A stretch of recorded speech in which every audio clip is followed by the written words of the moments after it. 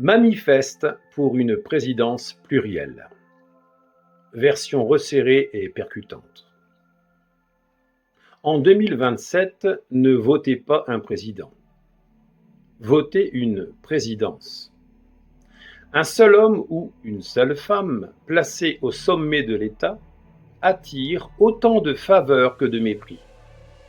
Cette personnalisation du pouvoir n'est plus convenable. Pourquoi renouveler un modèle qui ne fonctionne plus? La France n'a pas besoin d'une tête unique, mais d'une pluralité responsable. Une présidence plurielle. Une assemblée de 10 à 12 membres, hommes et femmes, choisis par le peuple, formant un conseil de sages, un cercle, non une figure solitaire, une direction unie, représentative, stable, où les regards ne se fixent plus sur une seule personne, mais sur une collégialité. La démocratie exige la pluralité. Démos plus Kratos, le pouvoir du peuple. La démocratie n'est pas l'élection d'un individu, mais l'expression d'un ensemble. Le peuple est souverain. Pourquoi ériger une tête dans un système qui proclame la pluralité comme principe fondateur? Le pouvoir personnel est une incohérence. La France s'est habituée à une figure centrale. Pourtant, un chef d'État isolé devient inévitablement cible de sarcasme, critique, passion. Une présidence plurielle répartit la charge, la responsabilité, l'image, et protège l'État de l'usure d'un visage unique. Une réforme nécessaire. Il faut supprimer la notion de chef d'État et instaurer la présidence de l'État français. Une direction collégiale choisie par le peuple ne peut être tournée en dérision, comme l'est un individu exposé. On ne jette pas la pierre sur une assemblée unie.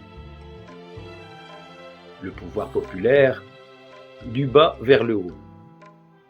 Chaque région pourrait établir sa propre présidence, adaptée à ses cultures, ses besoins, ses traditions. De ces présidences locales émergerait la présidence nationale, un mouvement ascendant, non descendant. Une France qui se construit par sa diversité, non contre elle. La dette de l'État. Sous la nouvelle présidence, la dette serait entièrement effacée. Elle repose sur les gouvernements successifs, non sur les citoyens. Il est injuste de faire porter à chaque Français un dû dès sa naissance. Si la dette est exigée, elle doit l'être auprès des responsables politiques qui l'ont générée, non auprès du peuple. Servir l'État, une charge humble et forte à la fois.